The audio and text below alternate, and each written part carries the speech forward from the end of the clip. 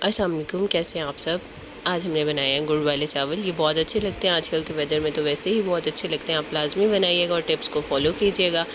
आप इसके लिए लेंगे आधा किलो गुड़ और उसमें आप डाल देंगे आधा गिलास पानी। आप गुड़ तोड़ के भी डाल सकते हैं, लेकिन अगर आप साबुत भी डाल देंगे तो वो हो जाता है डिज़ोल्व आराम से। आप इसकी आग स्लो रखिएगा ताकि डिज़ोल्व हो जाए, क्योंकि हमने पानी की रेशो कम रखी है। आपने इसकी कोई चाश नहीं बनानी, जैसे ही डिज़ोल्व हो आप इसको उतार लीजिएगा। अब आप एक अलग से पैन में पानी को उबाल लें, पानी लेंगे उसको उबाल लें। उसमें आप भीगे हुए चावल, आधा किलो चावल और आधा किलो गुड़, ये रेशो होती है, आप उसमें डाल दें। जैसे आप नॉर्मली चावलों को उबालते हैं, लेकिन आपने इसमें एक कनी रख लेनी है, मतलब इसको फुल डर नहीं करना। आपने एक कनी रहती हो, आपने चावलों को उतार लेना है, उनको स्ट्रेन करना है। उसके बाद आपने उस पर ठंडा पानी डालना है। ये याद रखिएगा कि चावलों का आपने अच्छी तरह पानी निकाल देना और ये जुड़े ना आपस में, इनको हिला दीजिएगा। इसके बाद आप ले लेंगे मेवे, बादाम, किशमिश, खोपरा, आप इनको काट लें।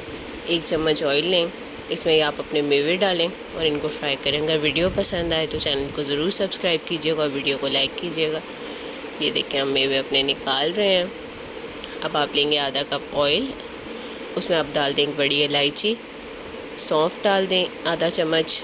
कुछ लोगों को सौंफ नहीं पसंद होती तो वो इसको छोड़ दें, वो ना डालें सौंफ को।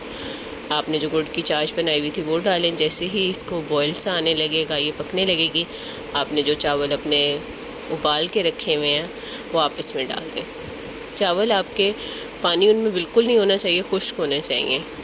ये देखें, इसको हिलाएं और ज़्यादा ना हिलाइएगा कि मतलब कि चावल टूट जाएं आपके। ये देखेंगे जैसे ही चाश कम हो जाएगी, ये बस इतनी देखें आप, ये चाश कम होती जा रही है जैसे ही आपने इसमें डाले हैं। ये देखें, अब इस स्टेज पे हम इसके ऊपर आधे मेवे डाल के आप इसको दम दे दें। कम से कम 15 मिनट का दम दें और 15 मिनट के बाद दम खोलें। हल्की आंच पे दम दीजिएगा और ये देखें, मज़ेदार खिले खिले हमारे चावल तैयार हैं। अब इसको डिश आउट करते हैं और आपको दिखाते हैं। गुड़ वाले चावल बनाना आप इसी ट्रिक से बनाएंगे तो आपके चावल भी इंशाल्लाह बहुत अच्छे बनेंगे और हमें लाजमी इसका फ़ीडबैक दीजिएगा। अगर आप कोई और रेसिपी बनवाना चाहते हैं तो उसका भी बताइएगा। अल्लाह हाफ़िज़, अपना ख्याल रखिएगा।